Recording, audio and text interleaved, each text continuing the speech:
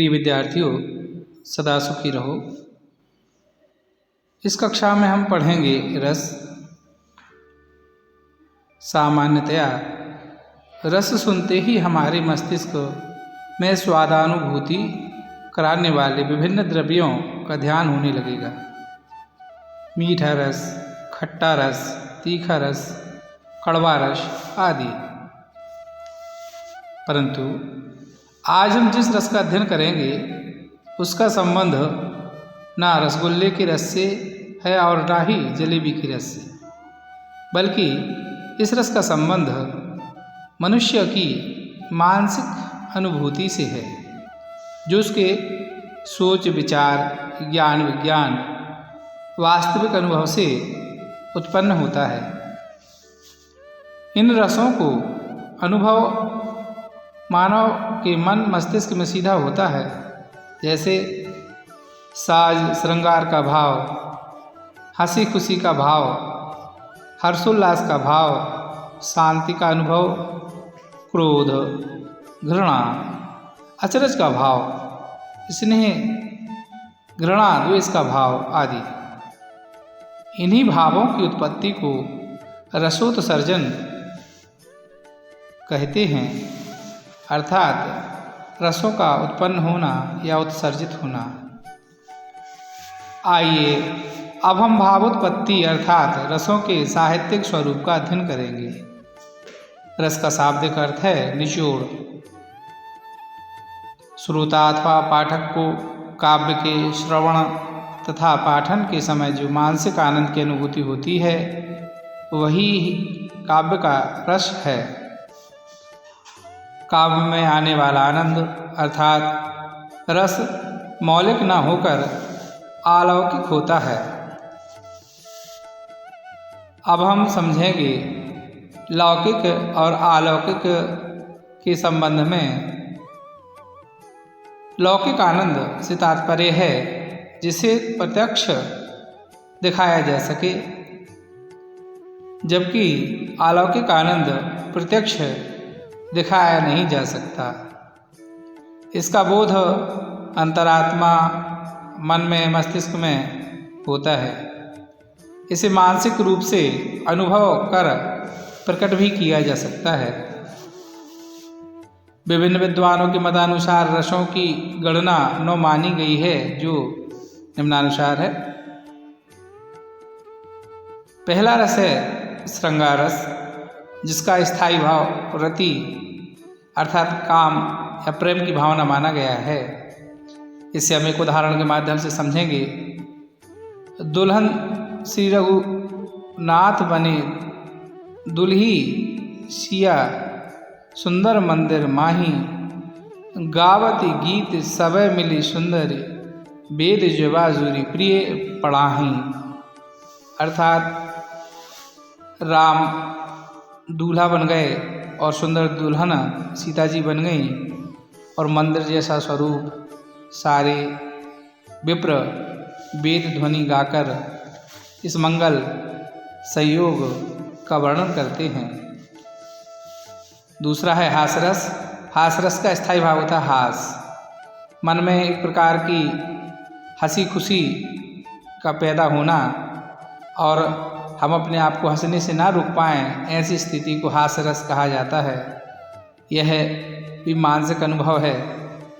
इन उदाहरणों के माध्यम से हम हास्यरस पैदा करने के भावों को समझेंगे, जैसे बुरे समय को देखकर गंजे तू क्यों रोए, किसी भी हालत में तेरा बाल न बांका होए। इसी प्रकार एक और उदाहरण है, कोई कील चुभोए तो उसे हथौड़ा मार, इस युग में तो चाहिए जसका तस व्यवहार। तीसरा है करुण रस। करुण रस जब उत्पन्न होता है तो मन शोक से ग्रसित हो जाता है। आपके सामने 2 उदाहरण के माध्यम से हम समझेंगे। शोक विकल सब रोवहीं रानी, रूपशील बल तेजु बखानी, करहीं विलाप अनेक प्रकारा, परहीं भूमि तल बारहीं बारा। एक और उदाहरण है, शीस पगा न जगा तन में प्रभु, जाने को आही वशे के ही ग्रामा, धोती फटी सिलटी दुपटी अरु, पाए पान ही की नहीं सामा। तो दोनों ही काव्य पंक्तियाँ हमारे मन में करुण रस का भाव उत्पन्न करती हैं। चौथा है रौद्र रस। इसका स्थायी भाव होता है क्रोध। मन में जब क्रोध की भावना आए तो समझो कि रौद्र रस से हमारा मन भर गया है। दो उदाहरण के माध्यम से समझेंगे कि श्री कृष्ण के सुन वचन, अर्जुन क्रोध से जलने लगे, सब शील अपना भूल कर कर ताल उगल मरने लगे। इसी प्रकार तुलसीदास जी द्वारा कृत पंक्ति है, रे नृप बालक कालवश, बोलत तो ही न संभार, धनो ही सम त्रिपुरारी धनु, विदित सकल संसार। जहाँ पहले काव्य पद में भगवान श्री कृष्ण अर्जुन के सामने क्रोध का रूप प्रकट, कृष्ण के वचन सुनकर अर्जुन क्रोध प्रकट करते हैं, उसी प्रकार परशुराम को भी क्रोध आता है लक्ष्मण की बातें सुनकर, और वह उन्हें काल का भय दिखाने लगते हैं। पांचवा है वीरश। इसका स्थायी भाव उत्साह है। जहाँ वीरता का भाव होता है वहाँ मन में उत्साह होता है। उसी को देखते हुए दो पंक्तियाँ या दो पद यहाँ दिए हुए हैं। जो संपदा शिवराव नहीं, दीन दिए दस माथ, सोई संपदा विभीषण ही, शकुच दीन रघुनाथ। एक यहाँ उत्साह का वातावरण है। जिस संपत्ति को 10 शीश काटने के बाद शिव ने रावण को दी थी, वही संपत्ति अपनी वीरता से उत्साहित होकर भगवान राम ने संकोचवश विभीषण को ऐसे ही दान कर दी। यहाँ एक उत्साह और वीरता का बोध होता है। उसी प्रकार बुंदेले हर बोलों के मोह हमने सुनी कहानी थी, खूब लड़ी मर्दानी वह तो झांसी वाली रानी थी। यहाँ झांसी की रानी की वीरता का वर्णन हुआ है। यहाँ भी उत्साह है जो कवि ने इन पंक्तियों में प्रकट किया है। छठवा है भयानक रस। जहाँ भय का वातावरण बने, मन में डर बैठ जाए, वहाँ भयानक रस की उत्पत्ति होती है। यहाँ दो पदों के माध्यम से भयानक रस उत्पन्न करने की कोशिश की गई है कि विनय न मानत जलधि जल, गया 3 दिन बीती, बोले राम सकोब तब, भय बिन हो ही न प्रीति। दूसरा है उधर गरजी सिंधु लहरियाँ, कुटिल काल के जालों सी, यहाँ रही फैन उगलती, फन फैलाए व्यालों सी। तुलसीदास जी द्वारा ऊपर रचित काव्य पंक्ति में भगवान श्री राम द्वारा क्रोध कर भय दिखाने का प्रयास किया गया है समुद्र को, जिससे कि वह मार्ग दे दे। वहीं दूसरी ओर नदी की लहरों का उठना, बाढ़ का आना, एक प्रकार का भय उत्पन्न करने की ओर हमारे लिए संकेत है। बीभत्स रस, जुगुप्सा, किसी ऐसी वस्तु को जब हम देखें कि हमारा मन घृणा से भर जाए, इस प्रकार जो रस हमारे मन मस्तिष्क में उत्पन्न होता है उसे बीभत्स रस कहा जाता है। इसका स्थायी भाव जुगुप्सा अर्थात घृणा होता है। इस काव्य पद में कुछ ऐसे ही पंक्तियां हैं कि सिर पे बैठो काग, आँख दुई खात निकारत, और खींचत जी वहीं स्यार, अति ही आनंद और धारत, गिद्ध जांग कह खोदी, खोदी कर मास उचारत, स्वान अंगुरियाँ काट काट के खान विचारत। अर्थात किस प्रकार एक मरे जानवर को पशु पक्षी खा रहे हैं, कितनी प्रकार की गंदगी का वातावरण यहाँ प्रस्तुत किया गया है कि मन अपने आप मलिनता से भर जाता है। आठवां है अद्भुत रस। इसका स्थायी भाव विस्मय या आश्चर्य। कई बार मन में आश्चर्य का भाव उत्पन्न होता है, तब इस रस का उद्भव होता है। इन पंक्तियों के माध्यम से बताने का प्रयास किया गया है कि देखे सुदामा शिशु के मुख में सकल विश्व की माया, क्षण भर को वह बनी अचेतन, हिल न सकी कोमल काया। अर्थात भगवान श्री कृष्ण के मुख में जब यशोदा ब्रह्मांड को देखती हैं तो आश्चर्य से चकित होकर रह जाती हैं और एकटक होकर रह जाती हैं, हिल भी नहीं पाती। उसी प्रकार अंबर में कुंतल जाल देख, पद के नीचे पाताल देख, मुट्ठी में तीनों काल देख, मेरा स्वरूप विकराल देख। सब जन्म मुझी से ढूंढ रहे, फिर लौट मुझी में आते हैं। भगवान श्री कृष्ण अपनी अद्भुत लीला को विराट स्वरूप को दिखाते हुए अर्जुन को समझाते हैं कि देखो अर्जुन, मेरे विराट रूप में मेरे ही शरीर से सब प्रकट होते हैं, सब नष्ट होते हैं। काल भी मेरे वश में है, पाताल भी मेरे वश में है। अंतिम रस की श्रेणी में रखा गया है शांत रस। जब निर्वेद मन वैराग की ओर और क्षमता की ओर जाता है तो शांत रस की अनुभूति होती है। इसका स्थायी भाव है निर्वेद, अर्थात वैराग, विरक्ति, या हम भी कह सकते हैं कि जब मन क्षमता से भर जाए और किसी अन्य चीज़ की आशा ना रहे तब शांति का भाव या शांत रस हमारे मन में प्रादुर्भाव करता है। हमारे सामने दो काव्य पद हैं। चलो रे मन गंगा यमुना तीर, चलो रे मन गंगा यमुना तीर, और बंसी बजावत गावत कान्हा संग लिए बलवीर। अगला है इतना तो करना स्वामी, जब प्राण तन से निकले, पीताम्बरी कसी हो होठों पे बस हंसी हो, पीताम्बरी कसी हो होठों पे बस हंसी हो, इतना तो करना स्वामी, जब प्राण तन से निकले। अपने आप मन शांत भाव से भर जाता है और शांत रस का प्रादुर्भाव होता है। दूसरे शब्दों में कहें तो रस काव्य की आत्मा है। संस्कृत में कहा गया है कि रसात्मक काव्यम वाक्यम काव्यम, अर्थात रसयुक्त वाक्य ही काव्य है। संस्कृत साहित्य के प्रकांड विद्वान भरत मुनि नाट्य साहित्य रचयिता हैं। उनके अनुसार रसों की संख्या 8 है, क्योंकि नाट्य शास्त्र में शांत रस का प्रयोग नहीं माना जाता। शांत रस को 9वां रस मानने वाले विद्वान ऋषि हैं उद्भट। वैसे तो रसों की कुल संख्या 9 है, जो न घटती है न बढ़ती है, परंतु साहित्यकार पंडित विश्वनाथ ने वात्सल रस को 10वां रस माना है और कवि भानुदत्त गोस्वामी ने भक्ति रस को 11वें रस का दर्जा दिया है। ऋषि रुद्रट ने प्रियान नामक एक रस को 12वां रस भी माना है। रस के 4 अंग होते हैं। 4 अंगों में पहला है स्थायी भाव, ऐसा भाव जो हृदय में संस्कार रूप में स्थिर होता है, अर्थात प्रत्येक जीव के अंदर यह भाव रहता है। इससे केवल प्रेरणा की आवश्यकता होती है। जो चिरकाल तक रहने वाले अर्थात स्थिर और प्रबल होते हैं तथा अवसर पाते ही जागृत हो जाते हैं, उन्हें स्थायी भाव कहते हैं। हृदय या मन में उत्पन्न होने वाले रस ही हमारे स्थायी भाव हैं, अर्थात यह वह प्रसुप्त ज्वालामुखी जैसे हैं कि किसी प्रकार की प्राकृतिक हलचल से यह प्रस्फुटित हो उठते हैं, अर्थात जागृत होकर अपना प्रभाव छोड़ने लगते हैं। श्रृंगार रति स्त्री पुरुष की प्रेम भावना, यह हमारे मन में स्थायी रस है।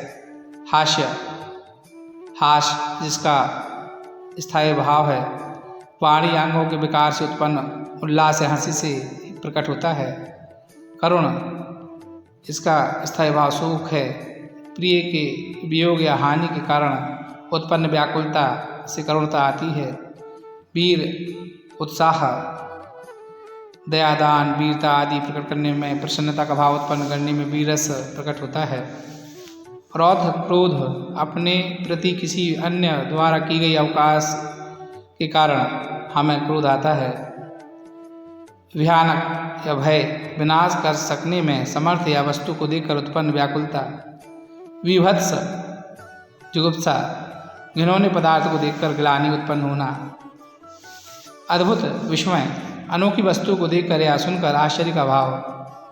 शांत निर्वेद, संसार के प्रति उदासीनता का भाव इसमें शामिल है।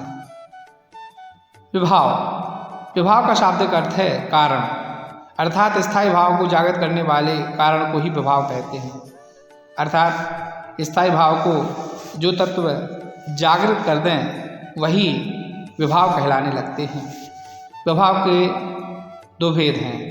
आलम्बन विभाव, जिस व्यक्ति या वस्तु के कारण मन में कोई स्थायी भाव जागृत हो जाए तो वह व्यक्ति या वस्तु उस भाव का आलम्बन विभाव कहलाता है। जैसे रास्ते में चलते समय अचानक बड़ा सांप दिखाई देने से भय नामक स्थायी भाव जगाने से सांप आलम्बन विभाव हो जाता है। अर्थात जिसको देखकर जिसकी स्मृति से हमारे अंदर भाव उत्पन्न हो।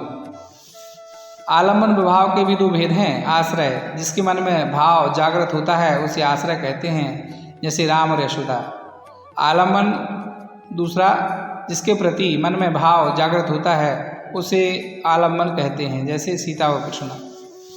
अर्थात एक आश्रय प्रदान करता है और दूसरा उसकी स्थिति बनाता है। दूसरा है उद्दीपन विभाव। आलम्बन की वे क्रियाएं जिनके कारण आश्रय के मन में रस का जन्म होता है उद्दीपन क्रियाएं होती हैं।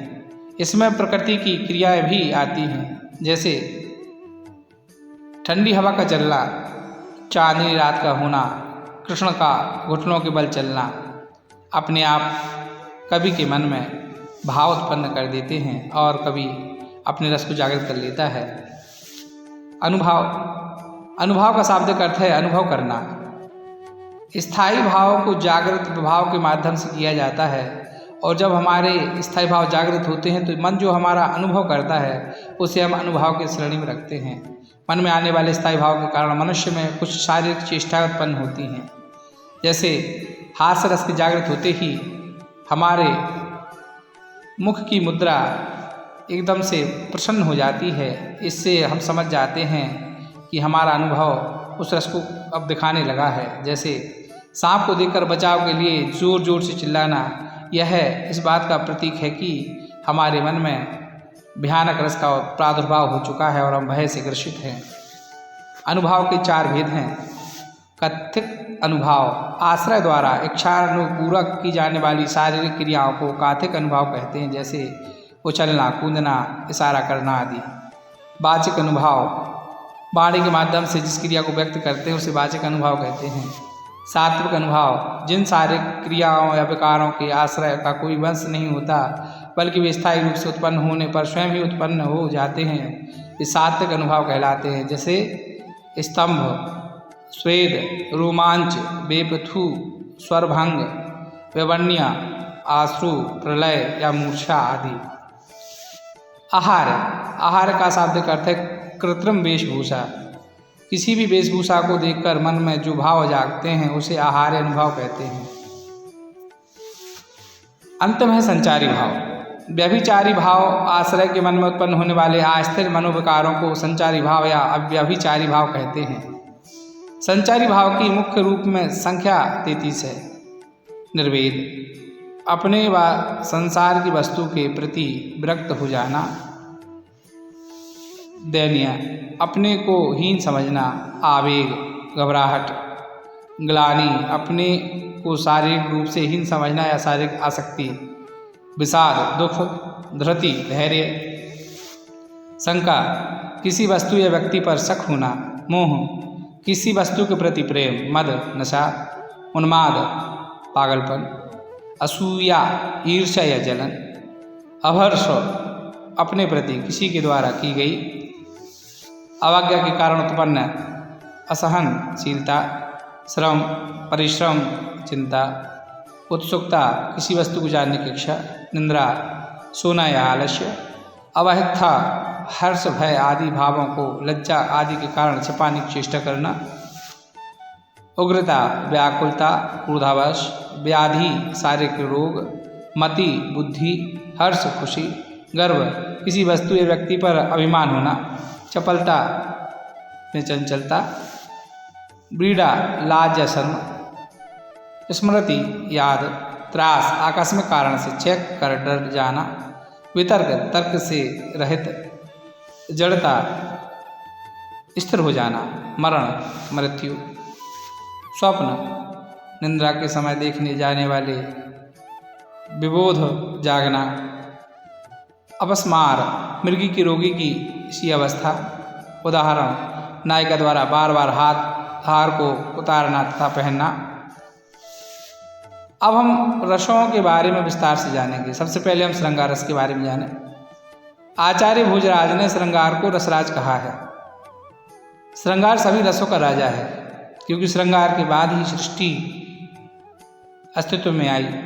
श्रृंगार से ही प्रेरणा होती है, श्रृंगार से ही मिलन होता है, श्रृंगार से ही निर्माण होता है, श्रृंगार से ही रचना की जाती है। अतः श्रृंगार को रसराज कहा गया है। श्रृंगार रस का आधार स्त्री पुरुष का पारस्परिक आकर्षण भी है, जिसे काव्य शास्त्र में रति स्थायी भाव कहते हैं। जब विभाव, अनुभाव और संचारी भाव के संयोग से रति स्थायी भाव आस्वाद्य हो जाता है तो उसे श्रृंगार कहते हैं। श्रृंगार रस में सुखद और दुखद दोनों प्रकार की अनुभूतियाँ होती हैं। इसी आधार पर इसके दो भेद किए गए हैं, एक संयोग श्रृंगार और वियोग श्रृंगार। संयोग श्रृंगार, जहाँ नायक नायिका के संयोग या मिलन का वर्णन होता है, वहाँ संयोग श्रृंगार होता है। उदाहरण, चित्तवत चकित चहूँ दिशि सीता, कह गए नप किशोर मन चीता, लता और तब सखन ने लखाए, श्यामल गौर किशोर सुहाए, थके नयन रघुपति छवि देखे, पल कहीं परिहरि निमेशे, अधिक स्नेह देह भई भोरी, शरद सिंह जनु चितव चकोरी, लोचन मग रामहि और आनी, दीन है पलक कपाट शयानी। यहाँ सीता का राम के प्रति जो प्रेम भाव है वह रति स्थायी भाव है। राम और सीता आलम्बन विभाव, लतादि उद्दीपन विभाव, देखना, देह का भारी होना आदि अनुभाव तथा हर्ष, उत्सुकता आदि संचारी भाव हैं। अतः यहाँ पूर्ण संयोग श्रृंगार रस है। वियोग या विप्रलम्ब श्रृंगार, जहाँ वियोग की अवस्था में नायक नायिका के प्रेम का वर्णन होता है, वहाँ वियोग या विप्रलम्ब श्रृंगार होता है। उदाहरण, कहो राम वियोग तब सीता, मोह कह सकल भय विपरीता, नूतन किशलय मनहु कृशानु, काल निशासम निशि शशि भानु, कुबलय विपिन कुंत वन सरिषा, बारद तपत तेल जनु वर्षा, कहो ते कछु दुख घटी हुई, काहि कहूँ यह जान न कोई। राम सीता के हरण के बाद वियोग में जब आते हैं तब तुलसीदास जी ने पंक्तियाँ लिखी हैं। यहाँ राम का सीता के प्रति जो प्रेम है वही रति स्थायी भाव है। राम आश्रय है, सीता आलम्बन है, प्रकृति दृश्य है, उद्दीपन विभाव है, कंप पुलक और आश्रु अनुभाव तथा विषाद हैं, गिलानी चिंता दीनता आदि संचारी भाव हैं। अतः यहाँ वियोग श्रृंगार है। हास्यरस, विकृत वेशभूषा, क्रियाकलाप, चेष्टा या वाणी देख सुन कर मन में जो विनोदजन्य उल्लास उत्पन्न होता है उसे हास्यरस कहते हैं। हास्यरस का स्थायी भाव हास है।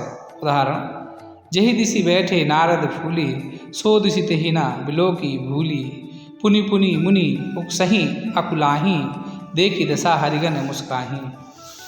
यहाँ स्थायी भाव हास, आलम्बन, वानर रूप में नारद, आश्रय, दर्शक, श्रोता, उद्दीपन, नारद की आंगिक चेष्टाएँ जैसे उकसना, अकुलाना, बार बार स्थान बदल कर बैठना, अनुभाव, हरिगण एवं अन्य दर्शकों की हंसी और संचारी भाव, हर्ष, चपलता, उत्सुकता आदि है। अतः यहाँ हास्यरस है। करुण रस, दुख या सुख की संवेदना बड़ी गहरी और तीव्र होती है। यह जीवन में सहानुभूति का भाव विस्तृत कर मनुष्य को भोग भाव से धना भाव की ओर प्रेरित करता है। करुणा से हमदर्दी, आत्मीयता और प्रेम उत्पन्न होता है, जिससे व्यक्ति परोपकार की ओर उन्मुख होता है। इष्ट वस्तु की हानि, अनिष्ट वस्तु का लाभ, प्रिय का चिरवियोग, अर्थ हानि आदि से जहाँ शोक भाव की परिपुष्टि होती है वहाँ करुण रस होता है। करुण रस का स्थायी भाव शोक होता है। उदाहरण, शोक विकल एव रोवहि रानी, रूपशील बल तेज बखानी, कर रही विलाप अनेक प्रकारा, परहि भूमि तल बारहि बारा। यहाँ महाराज भरत की मृत्यु हो जाने के बाद जो रानियों का क्षमा चाहेंगे, हाँ, महाराज दशरथ की मृत्यु हो जाने के बाद रानियों की जो दशा है वह दर्शाई गई है। यहाँ स्थायी भाव शोक, दशरथ, आलम्बन, रानियाँ, आश्रय, राजा का रूप, तेज बल आदि, उद्दीपन, रोना, विलाप करना, अनुभाव और स्मृति, मोह, द्वेग, कंपन आदि संचारी भाव हैं। अतः यहाँ करुण रस है। वीर रस, युद्ध अथवा किसी कठिन कार्य को करने के लिए हृदय में निहित उत्साह, स्थायी भाव के जागृत होने का प्रभाव स्वरूप जो भाव उत्पन्न होता है उसे वीर रस कहा जाता है। उत्साह स्थायी भाव जब विभाव, अनुभाव और संचारी भाव में परिपुष्ट होकर आस्वाद्य हो जाता है तब वीर रस उत्पन्न होता है। उदाहरण, मैं सत्य कहता हूँ सखे, सुकुमार मत जानो मुझे, यमराज से भी युद्ध में प्रस्तुत सदा मानो मुझे। हे सारथे, है द्रोण क्या, आवे स्वयं देवेंद्र भी, वे भी न जीतेंगे समर में, आज क्या मुझसे कभी। यहाँ स्थायी भाव उत्साह, आश्रय, अभिमन्यु, आलंब, द्रोण आदि कौरव पक्ष, अनुभाव अभिमन्यु के वचन और संचारी भाव गर्भ, हर्ष, उत्सुकता, कंपन, मद, आवेग, उन्माद आदि है। अतः यहाँ वीरस है। रौद्रस, रौद्रस का स्थायी भाव क्रोध है। विरोधी पक्ष द्वारा किसी व्यक्ति, देश, समाज या धर्म का अपमान या अपकार करने से उसकी प्रतिक्रिया में जो क्रोध उत्पन्न होता है वह विभाव, अनुभाव और संचारी भाव में परिपुष्ट होकर आस्वाद हो जाता है। और जब रौद्र रस उत्पन्न होता है, उदाहरण, माथे लखन कुटिल भई भव हैं, रदपट फरकत नयन श्रव हैं, कही न सकल रघुवीर डर, लगे बचन जनु बान, नाई राम पद कमल जुग, बोले गिरा प्रमाण। यहाँ स्थायी भाव क्रोध, आश्रय, लक्ष्मण, आलम्बन जनक के वचन, उद्दीपन जनक के वचनों की कठोरता, अनुभाव भौहें, तिरछी होना, होठ फड़कना, नेत्रों का रिशौहें होना, संचारी भाव, आमर्ष, उग्रता, कंपन आदि है। अतः यहाँ रौद्रस है। अर्थात जब जनक ने सभा में कहा कि मेरी सभा में एक भी वीर नहीं है, तो लक्ष्मण सुनते ही क्रोधित हो गए और वचन कहने लगे। भयानक रस, भयप्रद वस्तु या घटना देखने, सुनने अथवा प्रबल शत्रु के विरोध आदि से भय का संचार होता है। यही भय स्थायी भाव जब विभाव, अनुभाव और संचारी भाव में परिपुष्ट होकर आस्वाद्य हो जाता है तो वहाँ भयानक रस होता है। उदाहरण, एक ओर अजगर ही लखी, एक ओर मृग राय, विकल बटो ही बीच ही, पर्यो मूर्छा खाए। यहाँ पथिक के एक ओर अजगर और दूसरी ओर सिंह की उपस्थिति से वह भय के मारे मूर्छित हो गया। यहाँ भय स्थायी भाव, यात्री आश्रय, अजगर और सिंह आलम्बन, अजगर और सिंह की भयावह आकृतियाँ और उनकी चेष्टाएं उद्दीपन, यात्री को मूर्छा आना, अनुभाव और आवेग, निर्वेद, दैन्य, शंका, व्याधि, त्रास, अपस्मार आदि संचारी भाव हैं। अतः यहाँ भयानक रस है, क्योंकि जब एक ओर अजगर को देखता है और एक ओर मृग शिकारी को देखता है तो बीच में जो राहगीर होता है, बटोही मतलब राहगीर, वह मूर्छा खा के गिर जाता है। बीभत्स रस, बीभत्स रस का स्थायी भाव होता है जुगुप्सा या घृणा। अनेक विद्वान इसे सहृदय के अनुकूल नहीं मानते, फिर भी जीवन में जुगुप्सा या घृणा उत्पन्न करने वाली परिस्थितियां तथा वस्तुएं कम नहीं हैं। अतः घृणा की स्थायी भाव जब विभाव, अनुभाव और संचारी भावों से पुष्ट होकर आस्वाद्य हो जाता है तब बीभत्स रस उत्पन्न होता है। जैसे सिर पर बैठो काग, सिर पर बैठो काग, आँख दो खात निकारत, और खींचत जीवहि स्यार, अति आनंद और धारत।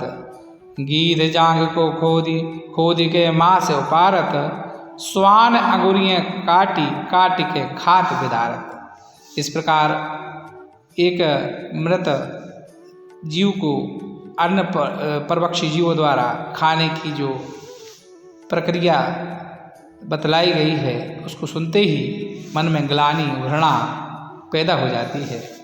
यह राजा हरिश्चंद्र शमशान घाट के दृश्य को देख रहे हैं।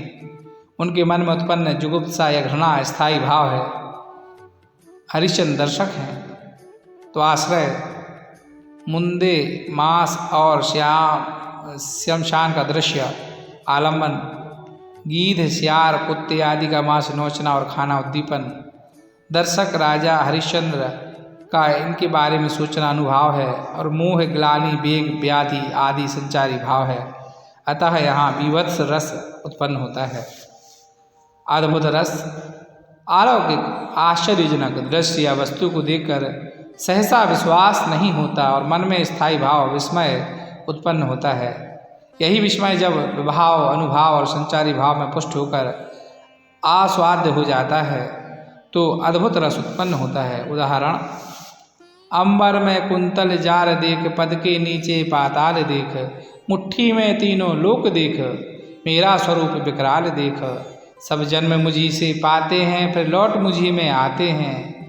यहाँ भगवान श्री कृष्ण या ईश्वर का विराट स्वरूप दिखाकर आलम्बन, विराट का अद्भुत क्रियाकलाप, उद्दीपन, आँख फाड़कर देखना, स्तब्ध अबाक रह जाना, अनुभाव और भ्रम, औत्सुकता, चिंता, त्रास आदि संचारी भाव हैं। अतः यहाँ अद्भुत रस है।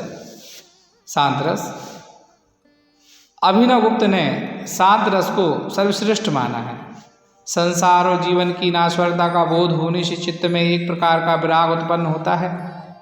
परिणामतः मनुष्य भौतिक तथा लौकिक वस्तुओं के प्रति उदासीन हो जाता है।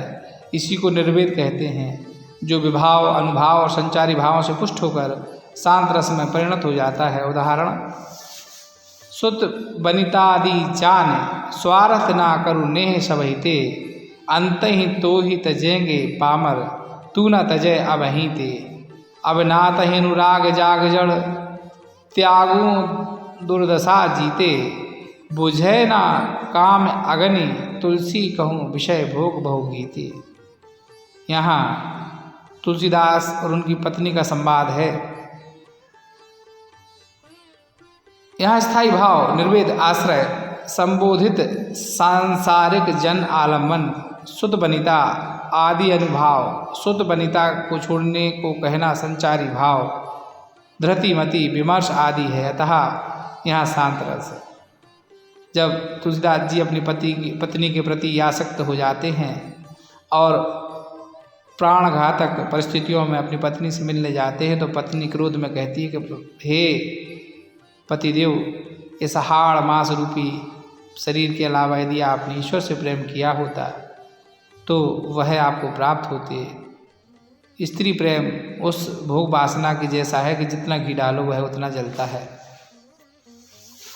शास्त्रीय दृष्टि से 9 रस ही माने गए हैं, लेकिन कुछ विद्वानों ने सूर और तुलसी की रचनाओं के आधार पर 2 नए रसों को मान्यता प्रदान की है, वात्सल्य और भक्ति। एक तरह ये दोनों रस श्रृंगार के ही रूप हैं, 2 अतिरिक्त प्रकार के रूप में इन्हें माना गया है। आइए अब हम इनके संदर्भ में भी जानें। वात्सल्य रस, वात्सल्य रस का संबंध छोटे बालक बालिकाओं के प्रति माता पिता एवं सगे संबंधियों का प्रेम एवं ममता के भाव से है।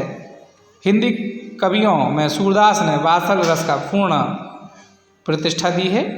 तुलसीदास की विभिन्न कृतियों के बालकांड में वात्सल्य रस की सुंदर व्यंजना द्रष्टव्य है। वात्सल्य रस का स्थायी भाव वत्स या स्नेह है। उदाहरण, किलकत कान कुटुरुबनी आवत, मणिमय कनद नंद के आंगन, बिंब पकरीबे धावत, कहूँ निरखी हरि आप छाह को, कर सो पकरन चाहत, किलकी हंसत राजत द्वय द्वितीयाँ, पुनि पुनि तिहि अवगावत। यहाँ स्थायी भाव वात्सल्यता का स्नेह, आलम्बन, कृष्ण की बाल सुलभ चेष्टाएँ, उद्दीपन में किलकना, बिंब को पकड़ना, अनुभव रोमांचित होना, मुख चूमना, संचारी भाव हर्ष, गर्भ चपलता, उत्सुकता आदि। अतः यहाँ वात्सल्य रस है। भक्ति रस, भक्ति रस शांत रस से भिन्न है। अतः रस जहाँ निर्वेद यह वैराग की ओर ले जाता है, वही भक्ति ईश्वर विषयक रति की ओर ले जाते हैं। यहाँ इसका स्थायी भाव भी है। भक्ति रस के 5 भेद हैं: शांत, प्रीति, प्रेम, वत्सल और मधुर। ईश्वर के प्रति भक्ति भावना स्थायी रूप से में मानव संस्कार में प्रतिष्ठित है। इस दृष्टि से भी भक्ति रस मान्य है। उदाहरण: मेरे तो गिरधर गोपाल दूसरो ना कोई, वो जाके सिर मोर मुकुट मेरो पति सोई। साधुन संग बैठी बैठी लोक लाज खोई, अब तो बात फैली गई जाने सब कोई। यहाँ स्थायी भाव ईश्वर विषयक रति, आलम्बन श्री कृष्ण उद्दीपन, श्री कृष्ण लीलाएं, सत्संग, अनुभाव, रोमांच, अश्रु, प्रलय, संचारी भाव, हर्ष, गर्व, निर्वेद, औत्सुक्य आदि। अतः यहाँ भक्ति रस। अब यहाँ प्रकरण पूर्ण हुआ। अब बारी है प्रश्नाभ्यास की, तो लीजिए प्रस्तुत हैं ये प्रश्न।